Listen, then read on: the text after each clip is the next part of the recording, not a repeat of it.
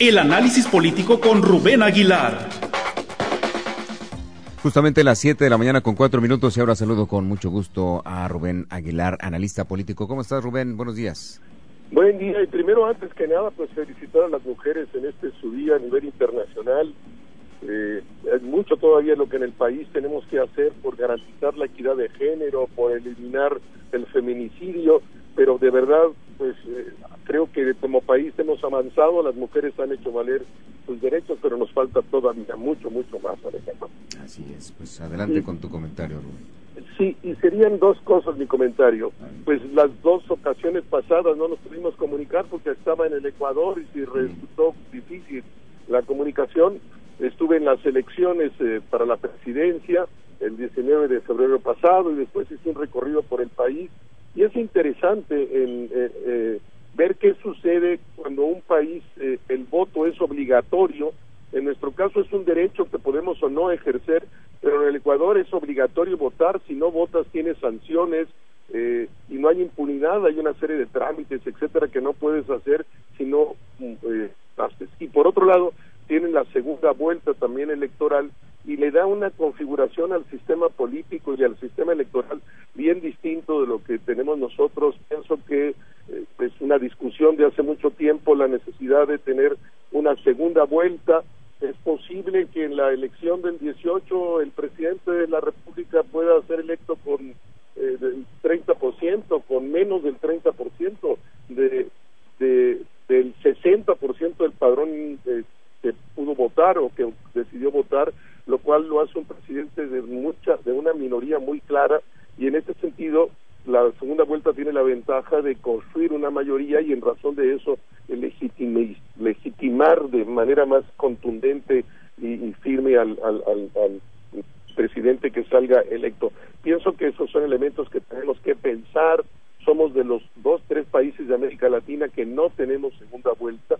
El PRI en general se ha opuesto a la segunda vuelta, también en general la izquierda, el PAN en algunos momentos ha dicho que está de acuerdo, pero pienso que es necesario realmente discutir esta posibilidad y también la posibilidad del voto obligatorio que rompería esta relación perversa que se da entre los partidos, la clientela política, los promotores del voto a partir de dádivas para garantizar que vayan y voten por ellos cuando es obligatorio. En el caso del Ecuador vota entre el 85 y el 90% de la gente porque pues sabe que si no vota tiene consecuencias. Ese sería un primer comentario, Alejandro.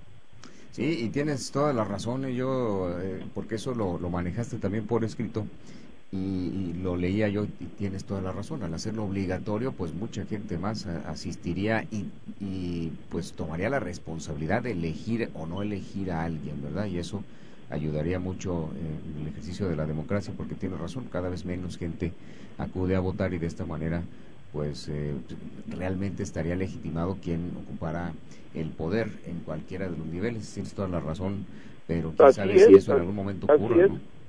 Y siempre tendrías pues el derecho de ejercer, de cumplir con tu obligación, y si quieres votar en blanco no te convence nadie, pero de todos modos hacerte presente y votar. Claro. Y el segundo comentario, pues en relación a este señor nos preocupa tanto a todo el mundo, que es el señor Trump y su comunicación, y dos elementos me parece como interesantes. Como ya salieron todas las estadísticas del gobierno de los Estados Unidos de que el número de los deportados en el primer mes de gestión, entre el 20 de enero y el 20 de febrero de este año, Trump deportó 17,900 y pico de mexicanos. Cantidad menor a la que deportó en su primer mes de gobierno Obama. Y a lo largo de los dos sexenios de Obama, pues deportó a 2.8 millones de mexicanos, y en general nunca hubo una preocupación de los medios o de la sociedad o del gobierno respecto a estas deportaciones. Y pienso que la diferencia sustantiva la hace el discurso.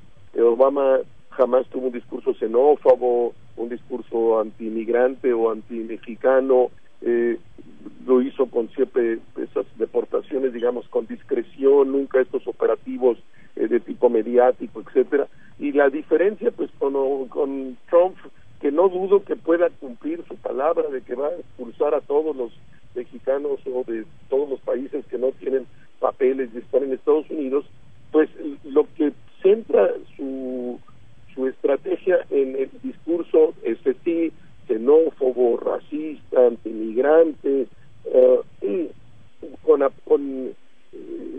operativos muy mediáticos donde van y agarran a un chico que tenía derecho de estar ahí por todas estas cosas que se había votado a favor de los Dream y todo ese tipo de cosas. Y probablemente como sociedad lo que nos molesta es el discurso, más que la acción misma. ¿Por qué? ¿Por qué no protestamos? ¿Por qué no nos levantamos contra la acción de Obama y ahora sí contra la de Trump? Me parece que el punto es comunicación, cómo él comunica, cómo agrede, cómo articula la comunicación de cara a su proyecto político, a su necesidad de alimentar a sus votantes que son muy conservadores, reaccionarios y como él, xenófobos y racistas, etcétera, etcétera. Y un segundo elemento de la comunicación pues ha sido que ahora que se estaba llegando, haciéndole cada vez más complejo la relación que algún grupo de sus funcionarios habían tenido con la embajada de Rusia en Estados Unidos en los últimos días de su campaña y todavía ya después de haber ganado, cual es ilegal por una serie de normas que existen en los Estados Unidos, y estaba siendo muy presionado, de repente saca una noticia falsa o por lo menos sin prueba alguna, que es que Obama lo estaba espiando y había ordenado espionaje sobre él, con lo cual descalifica a las propias agentes de seguridad de los Estados Unidos. Inmediatamente el FBI dijo que se desmientan porque no es cierto, no lo hicimos, pero él con mentiras, con medias verdades o con absolutas falsedades, pues otra vez rearticula el eje de la comunicación, lleva las cosas a donde él quiere y saca de los medios las noticias que no le benefician, y vamos a ver en qué acaba esta situación, en su irresponsabilidad diciendo mentiras. ¿Se acuerdan que en la campaña el 90% de las cosas que afirmó fueron mentiras, que lo ha probado la gran prensa de los Estados Unidos? Pues el señor se despacha como le dé la gana y causa una serie de problemas, pero pues ahí está y seguirá así. No pienso que vaya a cambiar su estrategia de comunicación. Pero esto le sirve de algo, Rubén, porque como dices tú, y nos resulta chocante por eso, ¿no? Obama hizo lo mismo, lo sabíamos, porque incluso era algo que se decía constantemente. Obama ha sido el presidente que más deportaciones ha hecho, eso es lo que se decía en su momento, pero no él nunca lo dijo, no lo presumió, no lo mencionaba como un logro. En este caso sí, ¿a él le sirve de algo a Donald Trump? Mira, yo pienso que es el punto en que de análisis de esa pregunta, y yo de entrada lo que pienso es que en su lógica le sirve muchísimo de cara a su electorado. Uh-huh. Su electorado quiere oír eso. Su electorado es Norteamérica profundo, muy conservador, incluso reaccionario, que se siente feliz con ese tipo de discurso, y Obama y Trump amarra a ese electorado. No hay que olvidarse de que después de su discurso a la nación, que estuvo en el Congreso el 28 de febrero, después del discurso traía 58 de simpatía. Es una cosa tremenda el efecto que tuvo sobre los Estados Unidos. Pero una primera cosa diría que le conviene en el corto plazo, diría yo, porque mantiene unido a su votante, obliga a su partido también a ir en la línea que él quiere y que no se le abran los republicanos, porque tiene un problema ahí de amarre. Tercero, maneja hacia donde quiere la comunicación o la información que se genera y que se transmite a través de la prensa.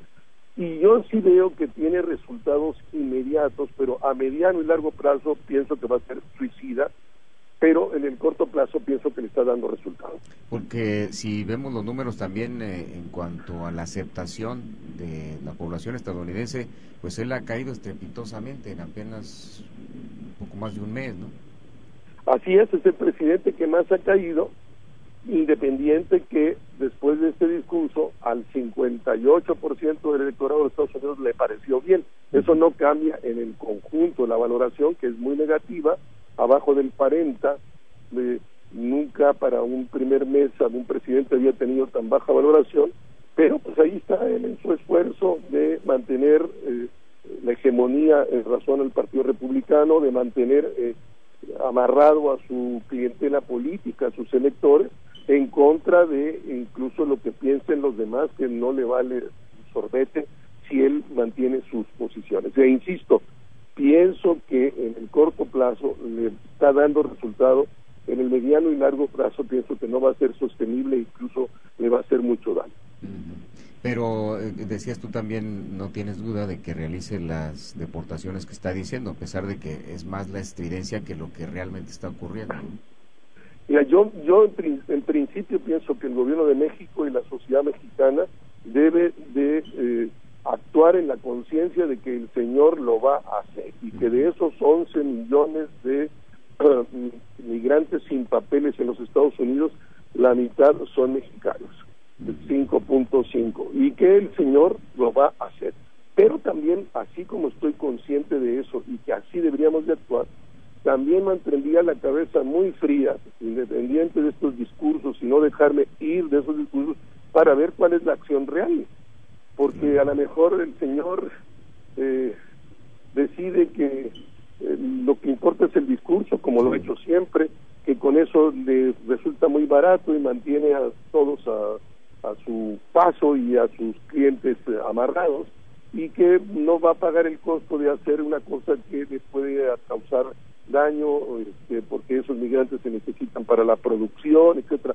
Yo me manejaría en la lógica de que lo va a hacer, pero se tendría la cabeza muy fría para día por día hacer el análisis. Por lo pronto, el discurso ha sido mucho más radical que la acción. Eso sí. En el tema particular de la migración. Claro. Pues en fin, muchas gracias, como siempre muy interesante tu participación, mi querido Rubén Aguilar. No, muchas gracias, querido Alejandro, un abrazo para la audiencia y en particular para las mujeres, y que sigan luchando por sus derechos. Así es.